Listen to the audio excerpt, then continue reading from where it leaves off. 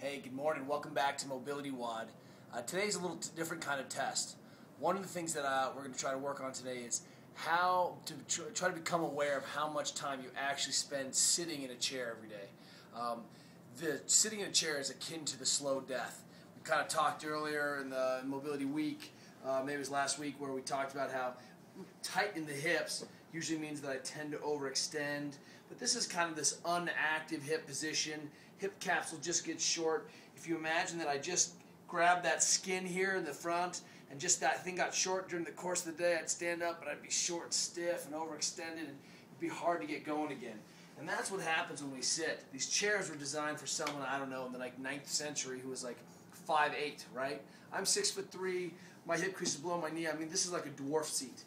So here's what you want to do today. I want you to be hyper aware of how long you're sitting in the chair, okay? And this is how we're going to score this game.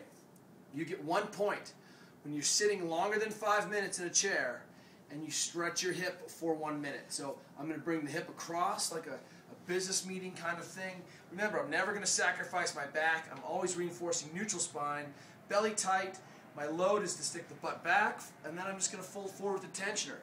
It's very simple. It's kind of a modified fake pigeon pose. Man, this is like Rodney Yee Yoga 101 in the chair for the athlete. There's a lot of things we can tweak. We can wind that thing up a little further, bias that hip. I just want you to kind of explore some of the corners. If this destroys your knee on the outside, my lateral collateral, you just support the knee and fold forward. No big deal.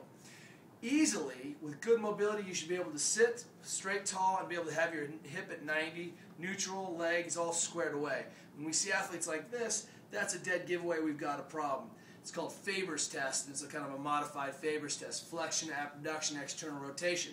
What you care about is, man, this is a way for me to work on something while I'm kind of sitting, going through the course of my day. So 1 point. It doesn't matter how you stretch. 1 point per side per minute. So if I worked on this hip, I could get another point. That's all I can score for that sitting session. Later on in the day, I'm like, oh, I'm sitting again.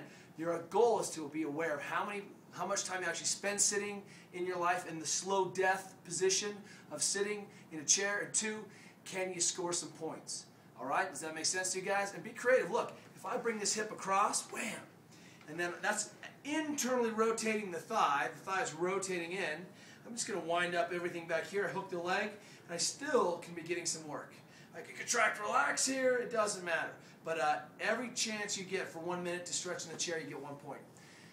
Below this video is another video that we're going to show you the worst case scenario, because sometimes you just can't make time to stretch. Sometimes you find yourself in a situation that's a little bit socially awkward to try to get some stretching in, but I'm just going to show you that there's no excuse, all right? You can make this mobility WOD happen whether you want to or not. You're just going to have to decide the kind of person you're going to be, and that your mobility and performance is more important than, say, something like dancing, okay? Check out this video. Good luck today. Post your number of points to comments, and then watch the video afterwards. See you tomorrow.